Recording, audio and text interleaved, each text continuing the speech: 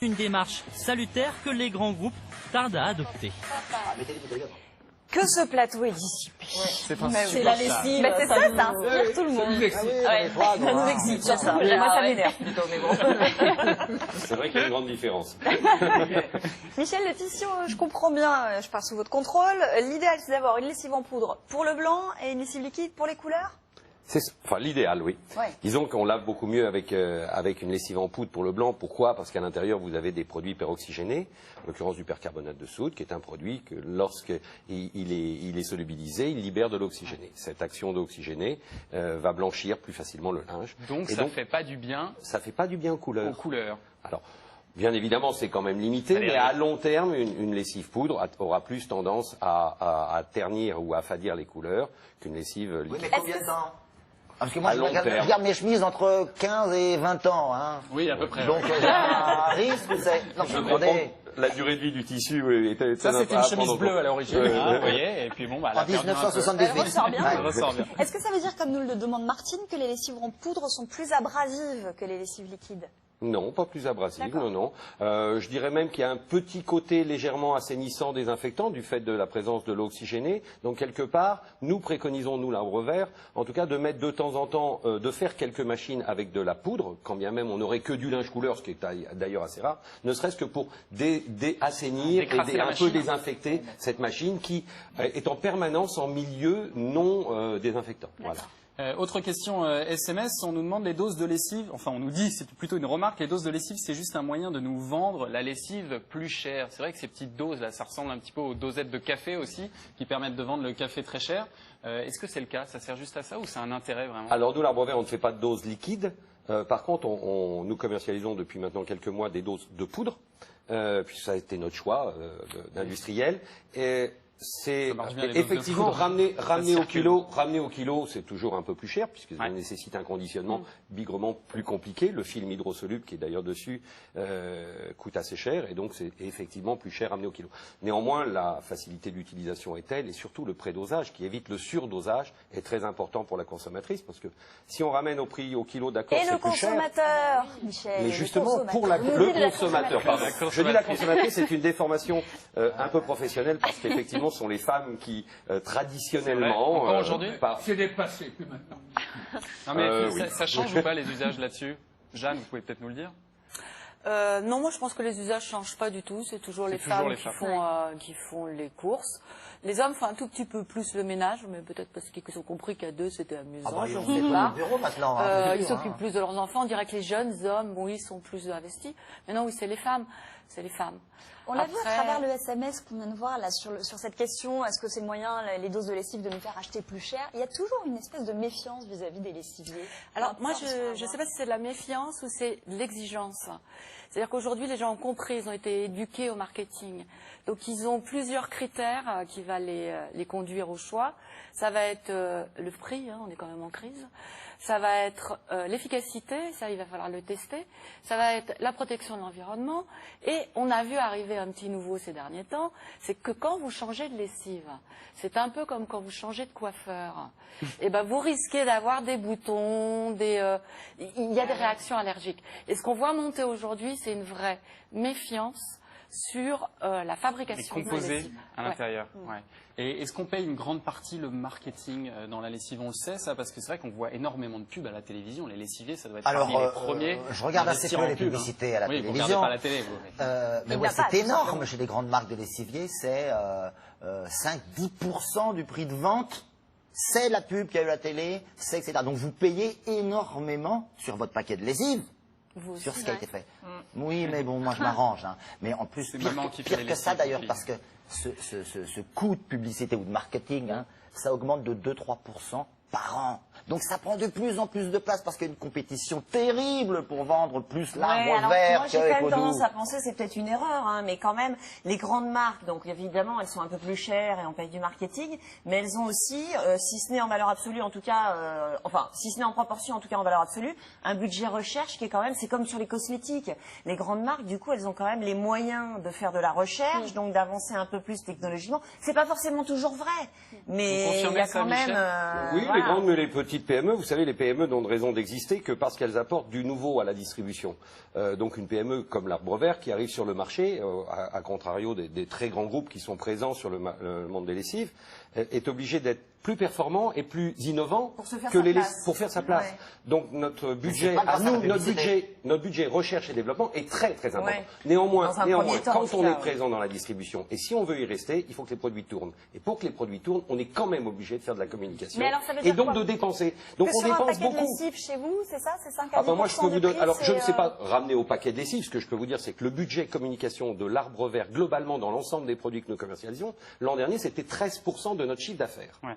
Alors 13%, c'est énorme. Ouais, c'est énorme. C'est énorme, mais c'est incontournable, c'est obligatoire. Si nous ne faisons pas ça, nous risquons de ne pas capter ou d'augmenter en nombre d'unités de vente mensuelles et ainsi de suite, qui sont les critères déterminants pour rester sur l'étagère de la grande distribution. Nous sortons et nous disparaissons. Donc il faut être innovant, innovant avec un coût de recherche et développement important. Il faut surtout, en même temps, montrer à la distribution qu'on est capable de faire aussi bien que les grands. On va revenir au conseil avec ce SMS. Est-ce que la lessive concentrée lave aussi bien que les gros bidons? Est-ce que vous pouvez nous le dire, ça? Alors nous avons toujours fabriqué des lessives concentrées. Puis ça a été notre credo, puisqu'en étant avant tout environnemental avec l'écolabel, l'obligation. Mais on se dit toujours qu'il faut en mettre un petit peu plus. Ah non, alors voilà, le problème c'est que le consommateur a toujours un doute sur l'efficacité liée à la dose. Et quand il voit une petite dose, il se dit si j'en mets un peu plus, ça va laver un peu mieux. Oui. Ce qui est totalement faux d'ailleurs. Il faut vraiment, et si on veut respecter les règles environnementales, il faut respecter le bouchon doseur. Chez nous, c'est un bouchon doseur, on respecte le bouchon doseur, et un point c'est tout, ça lave suffisamment bien. Donc ça n'a aucun intérêt d'acheter des gros bidons en fait, c'est juste délayer après, avec de l'eau. Après vous avez des produits, ce qu'il faut regarder sur un bidon, c'est le nombre de lavages. En fait, qu'il soit gros, qu'il soit petit, vous regardez le nombre de lavages et vous achetez non pas un prix au litre, vous faites surtout votre ratio, un prix au lavage. Et une fois que vous avez fait le prix au lavage, ça vous déterminera si c'est efficace.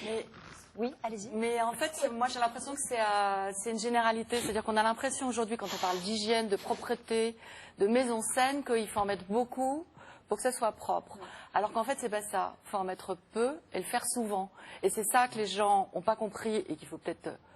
Enfin, mes lecteurs ont très bien compris parce qu'ils ils ont de l'expérience. Ouais. Mais c'est peut-être ça qu'ils peuvent apporter aux autres, c'est de dire que moins on met de produits, mieux c'est pour l'environnement, mieux c'est pour la personne, mais plus on le fait et plus il y a d'huile de coude, je suis désolée, plus on frotte, mieux ça marche. Mais la consommation d'eau, vous en faites quoi?